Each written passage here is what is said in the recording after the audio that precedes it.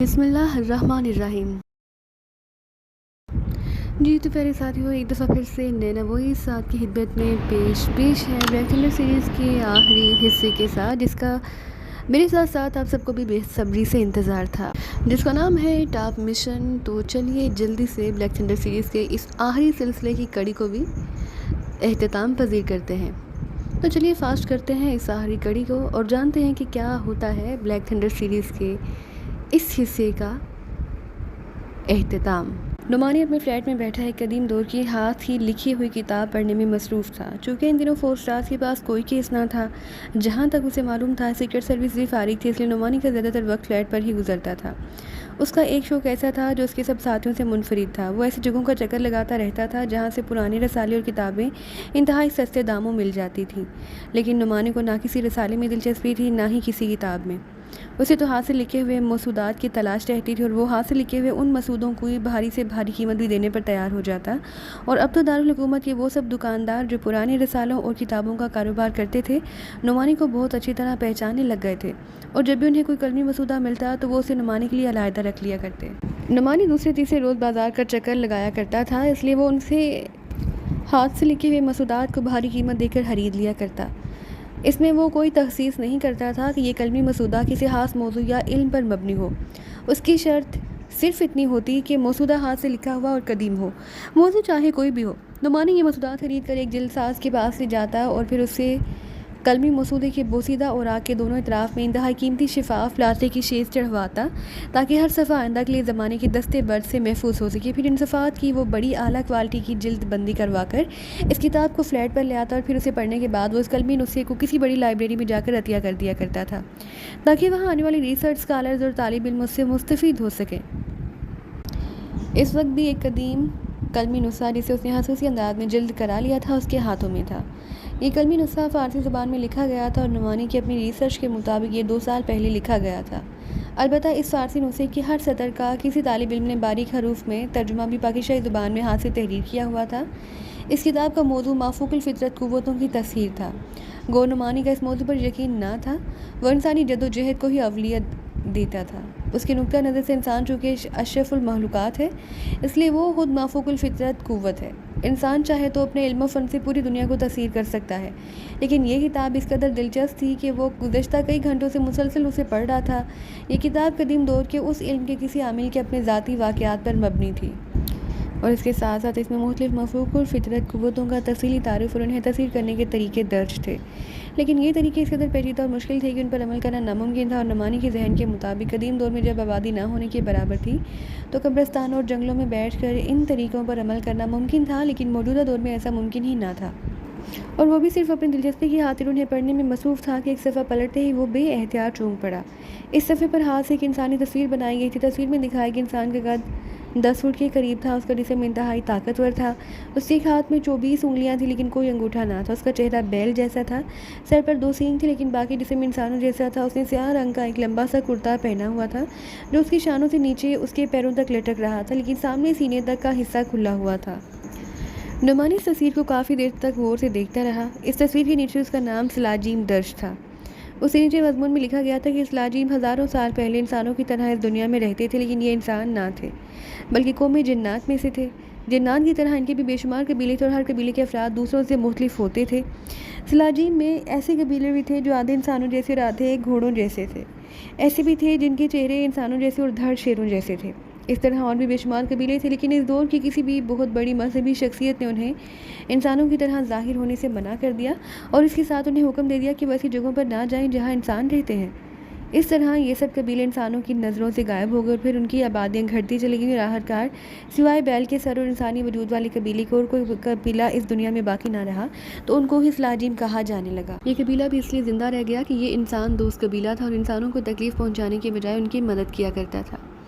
ابھی اس قبیلے کے لوگ دنیا کے ایک ویران اور الگ تھلگ علاقے جسے تھسلی کہا جاتا ہے میں موجود ہیں، اور اگر ایک خاص طریقے سے انہیں مدد کے لیے پکارا جائے تو یہ انسانوں کی مدد کے لیے آ جاتے ہیں اور ان پر ظاہر بھی ہو جاتے ہیں۔ اس کے بعد ان کو حاضر کرنے کا طریقہ درج تھا۔ گو یہ طریقہ خاصا مشکل تھا، لیکن بہرحال بظاہر قابل عمل لگتا تھا۔ نعمانی نے کتاب بند کر کے میز پر رکھی اور آنکھیں بند کر کے وہ دل میں سوچنے لگا کہ اگر وہ کسی ملازم کو اپنے ساتھ شامل کر لے تو مشن کے دوران وہ اس کی مدد سے اس انداز میں کر سکتا ہے کہ انسان بھی اس انداز میں کام نہ کر سکے، لیکن ظاہر ہے اسے یہ بھی معلوم تھا کہ یہ اس قدر آسان کام نہیں جس قدر وہ سمجھ رہا ہے۔ یہ بھی ہو سکتا ہے کہ یہ سب خیالی باتیں ہوں، کیونکہ قدیم دور کے انسان زیادہ تر خیالی باتوں پر ہی یقین رکھتے تھے۔ ان کے نزدیک الف لیلا طلیسم ہوشربا یہ سب خیالی باتیں نہ تھیں بلکہ حقیقی باتیں تھیں جنہیں واقعات کا روپ دے دیا گیا۔ وہ بھی بیٹھا سوچ ہی رہا تھا کہ فون کی گھنٹی بج اٹھی تو اس نے چونک کر آنکھیں کھولی اور ہاتھ بڑھا کر ریسیور اٹھا لیا۔ یس نعمانی بول رہا ہوں، نعمانی نے کہا۔ پبلک لائبریری سے اعظم محمود بول رہا ہوں نعمانی صاحب۔ دوسری طرف سے ایک بھاری سی آواز سنائی تھی تو نعمانی چونک پڑا کیونکہ اعظم محمود پبلک لائبریری کا انچارج تھا۔ نعمانی زیادہ تر کتابیں پبلک لائبریری کو ہی عطیے میں دیا کرتے اور اس سلسلے میں اس کی ملاقات اعظم محمود سے ہوتی رہتی تھی۔ اعظم محمود کو اس نے یہی بتایا کہ وہ امپورٹ ایکسپورٹ کا اوپن کاروبار کرتا ہے بغیر کسی آفس کے، پارٹیوں سے بکنگ کرتا ہے اور دوسری پارٹیوں سے مال کی سپلائی کرا کر خود کمیشن لیتا ہے، اور یہ کتابوں کا سلسلہ اس کا شوق ہے۔ اعظم محمود اس کے اس شوق سے بے حد متاثر ہوا۔ کئی بار وہ نعمانی کے فلیٹ پر بھی آ چکا تھا اور اس کی نعمانی سے اکثر گپ شپ رہتی تھی۔ اعظم صاحب آپ خیریت؟ آج کیسے یاد کر لیا؟ نعمانی نے مسکراتے ہوئے لہجے میں کہا۔ نعمانی صاحب آج ایک صاحب سراج نگر سے لائبریری آئے ہیں، ان کا نام محمود شیرازی ہے، بزرگ آدمی اور ہاتھ سے پڑھے لکھے بھی ہیں۔ وہ آپ کی کتابوں کی کلیکشن اور ان کے محفوظ کرنے کے انداز کو دیکھ کر بے حد خوش ہوئے اور وہ آپ سے ملنا چاہتے ہیں۔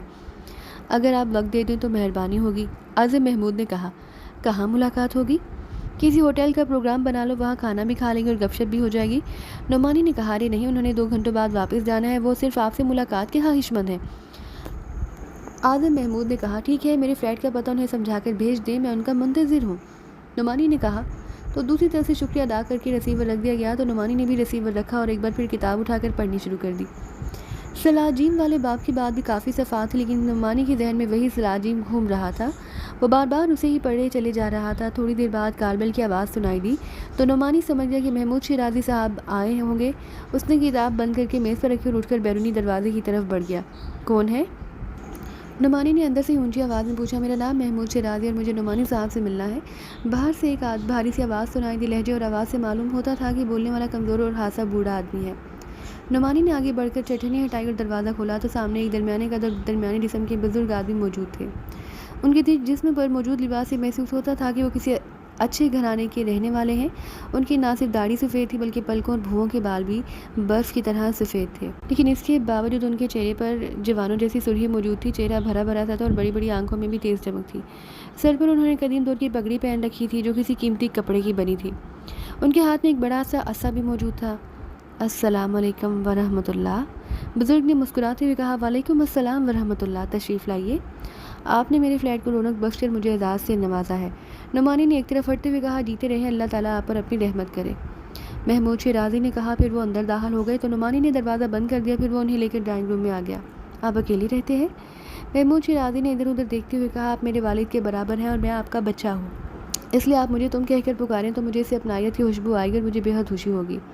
میں جہاں واقعی اکیلا رہتا ہوں کیونکہ میں نے شادی نہیں کی، نعمانی نے کہا تو محمود شیرازی بے احتیاط مسکرا دیے۔ اللہ تعالیٰ تمہیں خوش رکھے، مجھے تم سے مل کر واقعی بے حد خوشی ہوئی، محمود شیرازی نے صوفے پر بیٹھتے ہوئے کہا۔ نعمانی مڑ کر ایک طرف رکھے ہوئے ریفریجریٹر کی طرف بڑھ گیا۔ اس نے اس میں سے جوس کے 2 ٹن نکالے اور انہیں کھول کر اس نے ان میں اسٹار ڈالے۔ ایک ٹن میں سے محمود شیرازی کے سامنے رکھ دیا، دوسرا خود لے کر وہ سامنے دوسرے صوفے پر بیٹھ گیا۔ شکریہ، محمود شیرازی نے کہا اور جوس کا ٹن اٹھا کر جوس سپ کرنے لگے۔ پھر اچانک وہ چونک پر انہوں نے جوس کی ٹن کو میز پر رکھ دیا۔ کیا یہ کتاب میں دیکھ سکتا ہوں؟ محمود شیرازی نے میز پر بڑے کلمی محتوطے کی طرف دیکھتے ہوئے کہا۔ جی ہاں، یہ لیجئے، میں اسے ہی پڑھ رہا تھا کہ اعظم محمود صاحب کا فون آ گیا۔ نعمانی نے خود اٹھ کر کتاب میز سے اٹھا کر محمود شیرازی کی طرف بڑھتے ہوئے کہا۔ شکریہ، محمود شیرازی نے کتاب پکڑتے ہوئے کہا۔ پھر وہ اسے کھول کر سرسری طور پر دیکھنے لگے، ساتھ ساتھ وہ جوس بھی سپ کر رہے تھے۔ خاصا قدیم کلمی مسودہ ہے، کہاں سے ملا ہے؟ محمود شیرازی نے پوچھا تو نعمانی نے انہیں تفصیل بتا دی۔ کیا تم یہ مسودہ بھی پبلک لائبریری کو عطا کر دو گے؟ محمود شیرازی نے پوچھا۔ جی ہاں، کیوں؟ اگر میں تم سے درخواست کروں کہ یہ مسودہ تم مجھے دے دو اور اس کے عوض جتنی قیمت چاہے مجھ سے لے لو تو کیا تم میری درخواست قبول کر لو گے؟ محمود شیرازی نے بڑی منت بھرے لہجے میں کہا تو نعمانی بے احتیاط ہنس پڑا۔ شیرازی صاحب، آپ میرے والد کی جگہ اور میرے لیے قابل احترام ہیں، آپ نے قیمت کی بات کر کے مجھے شرمندہ کیا، یہ میری طرف سے تحفتاً قبول فرمائیے، نعمانی نے کہا۔ ارے بے حد شکریہ، اللہ تعالیٰ تمہیں جزا دے گا، مجھے بڑے طویل عرصے سے اس نسخے کی تلاش تھی، محمود شیرازی نے مسرت بھرے لہجے میں کہا۔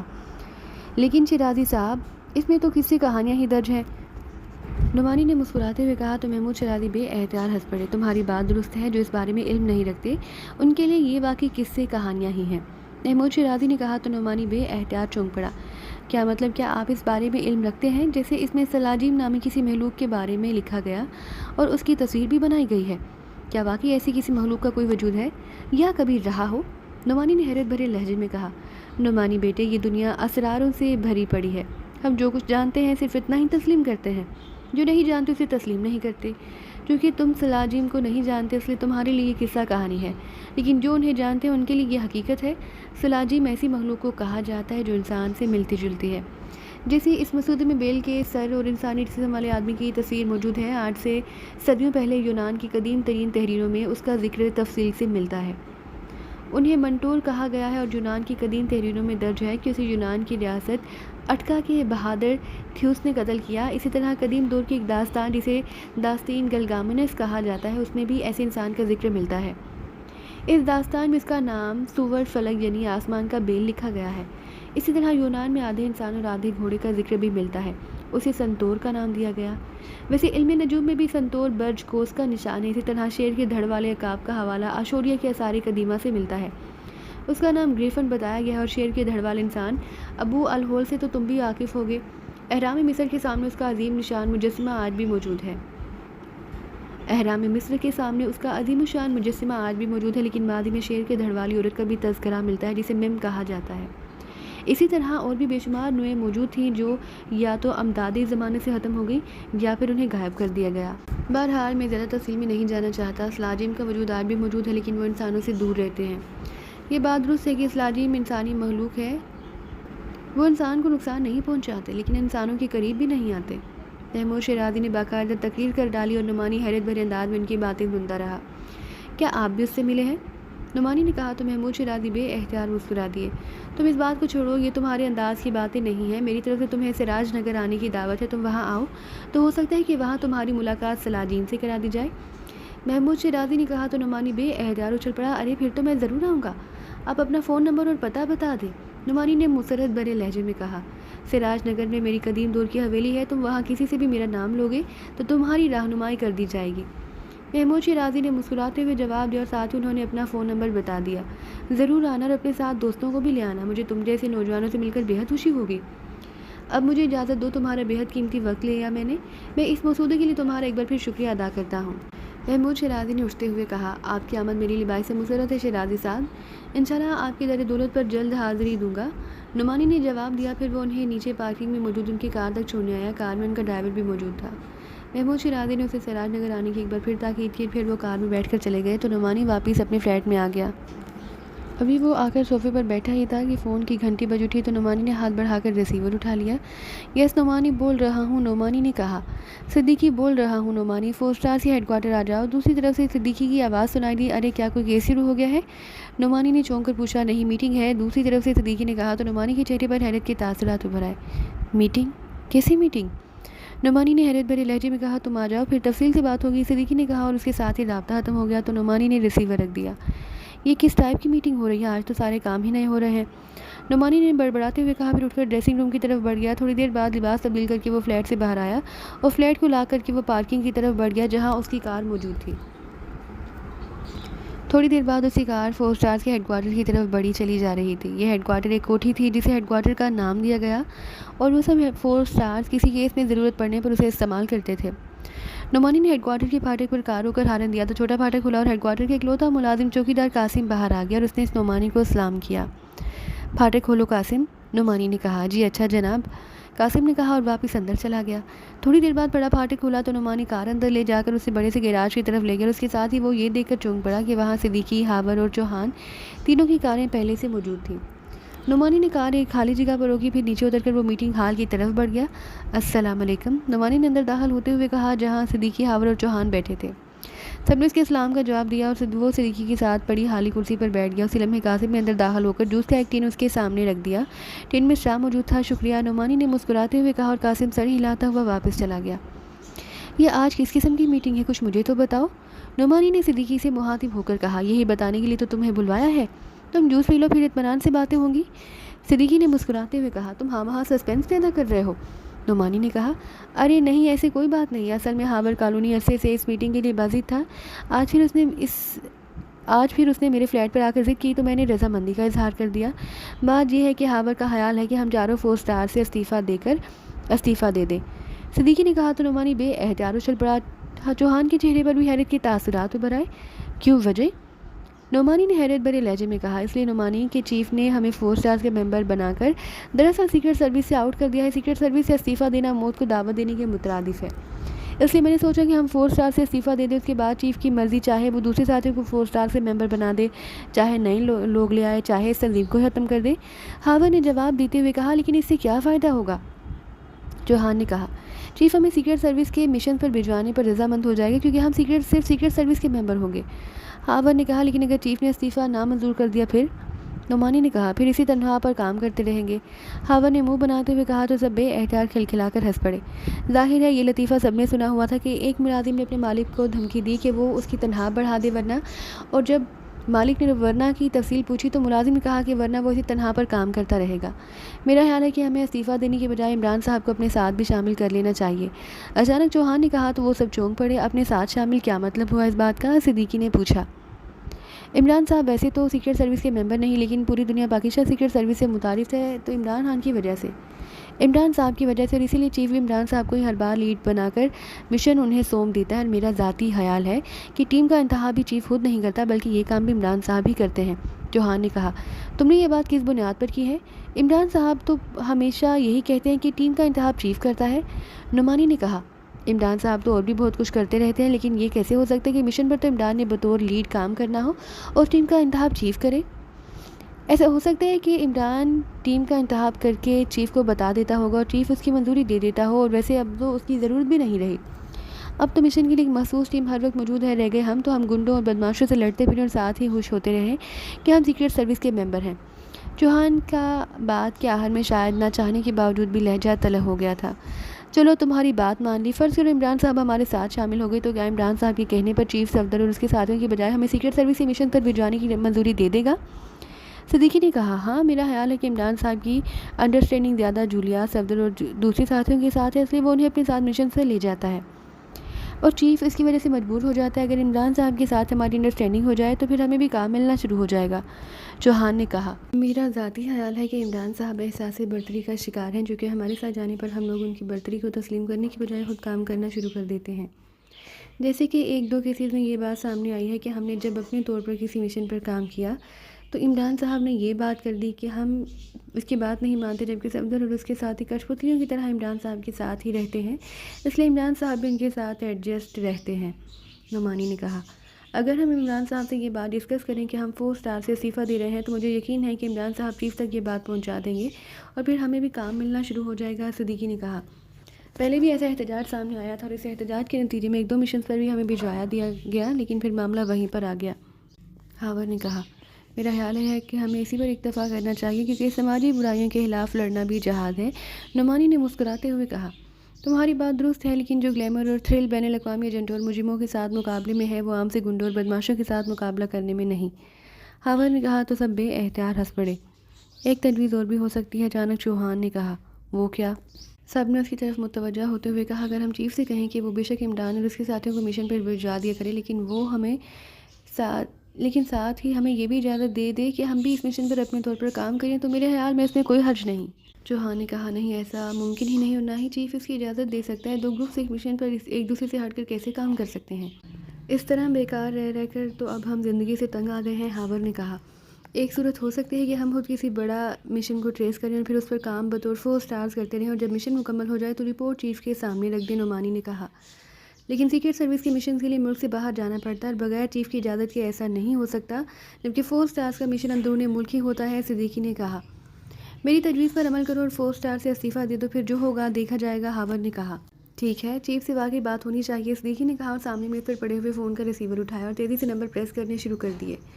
ان سب کے چہروں پر سنسنی سی پھیلتی چلی گئی۔ صدیقی نے آخر میں لاؤڈر کا بٹن بھی پریس کر دیا، اس لیے دوسری طرف بجنے والی گھنٹی کی آواز سب کو بخوبی سنائی دے رہی تھی۔ ایکسٹرود ریسیور اٹھائے جانے کی آواز کے ساتھ ہی چیف کی مخصوص آواز سنائی دی، چیف میں صدیقی بول رہا ہوں۔ صدیقی نے کہا، براہ راست کال کرنے کی وجہ؟ چیف کا لہجہ یکلخت پہلے سے کہیں زیادہ سرد ہو گیا تھا۔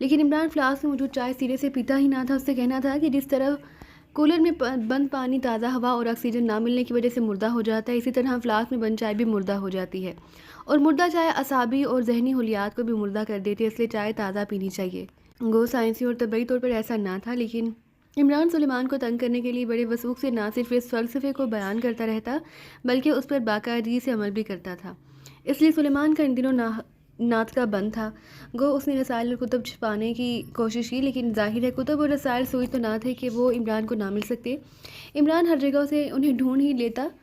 اس وقت بھی عمران ایک رسالے کے مطالعے میں مصروف تھا. دوپہر ہونے والی تھی اور سلیمان شاپنگ کر کے واپس آ چکا تھا. اب دوپہر کے کھانے کی تیاری میں مصروف تھا. شاید اس لیے اس نے کافی دیر سے عمران کو چائے نہ دی تھی. عمران نے رسالے سے نظریں اٹھا کر سامنے دیوار پر موجود کلاک کو دیکھا، پھر اسے زور زور سے سلیمان کو آوازیں دینا شروع کر دیں. اب کیا ہو گیا ہے؟ سلیمان نے دروازے پر نمودار ہوتے ہوئے جھلائے ہوئے لہجے میں کہا. تمہیں گھڑی دیکھنا آتی ہے؟ عمران نے پوچھا. جب سے میں اس فلیٹ میں آیا ہوں صرف بری گھڑی ہی نظر آتی ہے. سلیمان نے گھڑی کو بری گھڑی میں تبدیل کرتے ہوئے کہا. ارے میرا مطلب ہے کہ وقت دیکھنا آتا ہے تمہیں؟ عمران نے فوراً الفاظ تبدیل کرتے ہوئے کہا. اللہ کسی کو ایسا وقت نہ دکھائے. سلیمان کہاں آسانی سے قابو آنے والا تھا. ارے میرا مطلب ہے کہ سامنے کلاک میں دیکھو کیا وقت ہوا ہے. عمران نے زچ ہوتے ہوئے کہا. آپ کا ذہن مکمل طور پر معاف ہونے میں نصف گھنٹہ رہتا ہے. سلیمان نے جواب دیا. اس کے ساتھ ہی وہ تیزی سے مڑ کر غائب ہو گیا. ارے بات تو سنو. یہ کیا کہہ رہے ہو؟ یہ وقت دیکھنے کا طریقہ ہے. عمران نے اونچی آواز میں چیختے ہوئے کہا. جب آپ کا ذہن مکمل طور پر معاف ہو جائے گا تو کلاک سے 12 بار گھنٹی بجے گی. اگر آپ ان گھنٹوں کو درست طور پر گن لیں تو پھر مجھے آواز دیں. میں فی الحال فارغ نہیں ہوں. سلیمان کی آواز سنائی دی. عمران بے احتیاط ہنس پڑا. 12 بجے تو تمہارا ذہن معاف ہوتا ہے اور تم میری بات کر رہے ہو. عمران نے اونچی آواز اور غصیلے لہجے میں کہا. شاید یہ کلاک غلط ہے اور آپ کا غصہ بتا رہا ہے کہ واقعی غلط ہے. دور سے سلیمان کی آواز سنائی دی اور عمران ایک بار پھر ہنس پڑا. ظاہر ہے سلیمان نے اسے غصے پر خوبصورت چوٹ کی تھی. اچھا جناب آقا سلیمان پاشا صاحب، کلاک غلط ہوگا لیکن آپ کا ذہن تو درست ہے. آپ براہ کرم میں عدد تازہ چائے کا کپ پلوا دے. عمران نے اس انداز میں کہا جیسے سلیمان کے مقابلے میں ہتھیار پھینک کر سرنڈر کر رہا ہو. سوری، اس وقت لنچ کی تیاری ہو رہی ہے، اس لیے فرصت کے وقت بات کیجیے گا. سلیمان نے صاف جواب دیتے ہوئے کہا. ارے تو کیا لنچ کے لیے سارے چولہے مصروف ہیں؟ ایک پر چائے کا پانی رکھ دو. عمران نے جھلائے ہوئے لہجے میں کہا. گیس قومی دولت ہے، اس کا ضیاع قومی ضیاع ہے. سلیمان بھلا کہاں قابو آنے والا تھا. یہ ضیاع کہاں سے ہو گیا؟ اسے تو باقاعدہ استعمال کیا جائے گا. ضیاع کا مطلب ہے کہ استعمال میں لائے بغیر اسے خرچ کیا جائے. عمران نے منہ بناتے ہوئے کہا. یہ سلوگن گیس کے ہر بل پر لکھا ہوا ہوتا ہے اور اس کے ساتھ ہی یہ بھی لکھا ہوتا ہے کہ گیس کے استعمال میں بچت کیجیے تاکہ دوسروں کے چولہے بھی جلتے رہیں. سلیمان نے جواب دیا. اچھا تمہاری مرضی، اب میں کیا کہہ سکتا ہوں؟ وہ کیا مصرع ہے جس کا مطلب ہے کہ جاہلوں کے جواب میں خاموشی ہی بہتر ہے؟ عمران نے اونچی آواز میں کہا. اس کے ساتھ ہی اس نے رسالہ اٹھا کر اسے دوبارہ پڑھنا شروع کر دیا. اس کے چہرے پر چمک سی آ گئی. ظاہر ہے مسلسل پڑھنے سے ذہن پر جو خشکی کی طے چڑھ گئی تھی وہ سلیمان سے باتیں کر کے جھڑ چکی تھی.